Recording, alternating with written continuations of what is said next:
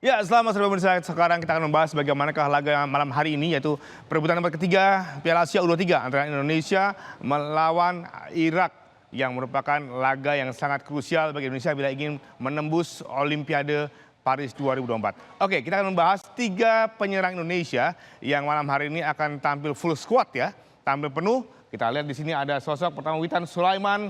Saya pikir adalah pemain yang sangat penting di sisi sayap. Dia bergerak dari sayap kanan dan kemudian dia akan menusuk ke tengah, dan dia memiliki dengan tinggi badan sekitar 170 dengan 66 kg.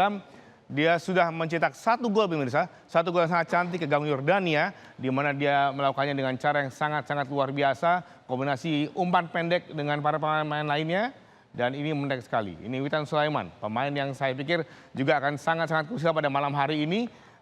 Di mana kita lihat tidak cuma naluri mencetak golnya, tapi Witan memiliki daya jelajah yang sangat bagus, visi bermain yang juga sangat bagus.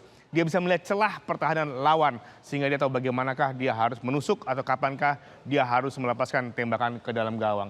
Ini adalah pemain yang sangat penting, menjadi tantangan bagi Witan sendiri. Apakah malam hari ini dia bisa memberikan kontribusi yang luar biasa seperti yang ditunjukkan ketika dia mencetak gol ke gawang Yordania dan juga ketika dia mengacak-ngacak pertahanan Korea Selatan. Baik, kemudian selain Witan kita akan lihat lagi pemain lain yang juga tidak kalah pentingnya, yaitu Marcelino. Ya, Marcelino, pemain yang saya pikir dalam ajang kali ini Piala Asia U23 bermain sangat stabil, sangat solid. Tidak hanya mencetak gol, namun dia bertugas sebagai kreator. Bersama dengan Witan, dia bisa membuat lini tengah Indonesia menjadi penuh, dan kemudian sepertiga dari lawan akan menjadi area yang menakutkan bagi pertahanan lawan. Marcelino punya kemampuan melindungi bola dengan sangat baik, dan kemudian dia bisa membuat atau mengkreasi serangan-serangan melalui umpan pendek yang juga sangat efektif. 2 gol sudah dia ciptakan melalui titik putih dan juga melalui variasi umpan pendek yang sangat menarik. Sekarang yang ketiga adalah sosok yang penting yang kita kehilangan ketika di babak semifinal melawan Uzbekistan, yaitu Rafael Struijk.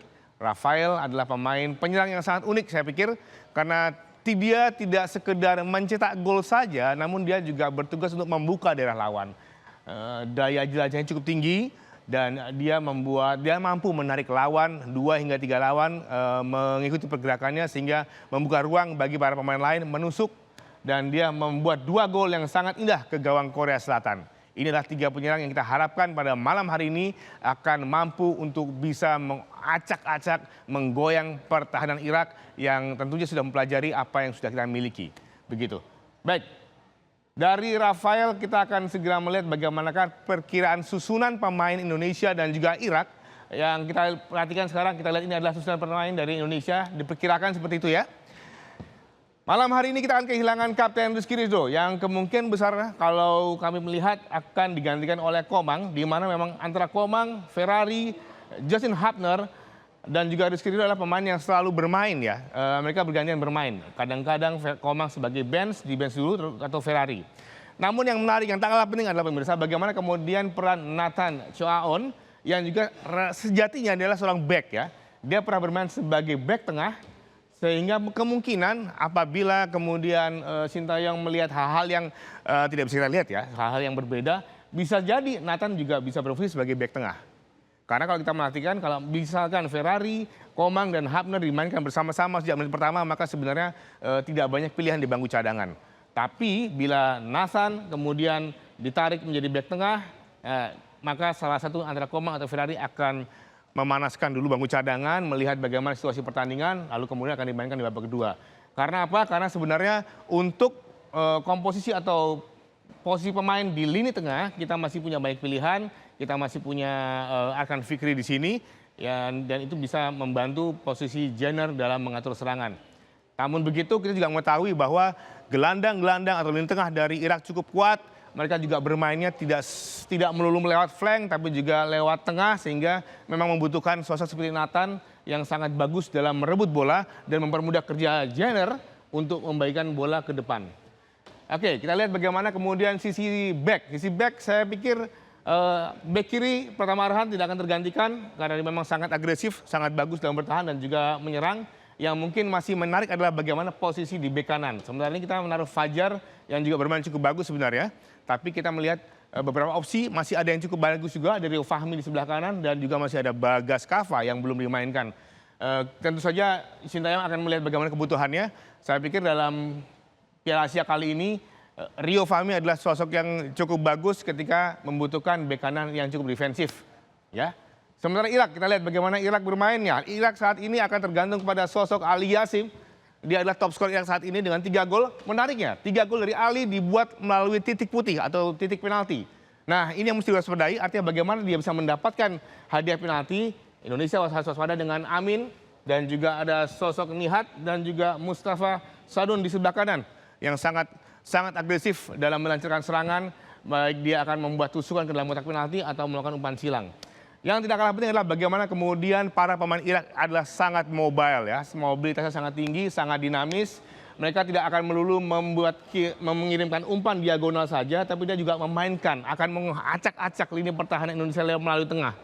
Mereka akan membuat tusukan yang berbahaya ke dalam kotak penalti, kemudian membuka ruang di titik sini yang membuat Kadar ataupun Muntader itu bisa melepaskan tendangan jarak jauh yang bisa merepotkan Hernando Ari. Ini yang mesti diwaspadai. Saya pikir dari cara main Irak yang sudah kita temui di permainan mereka di timnas senior.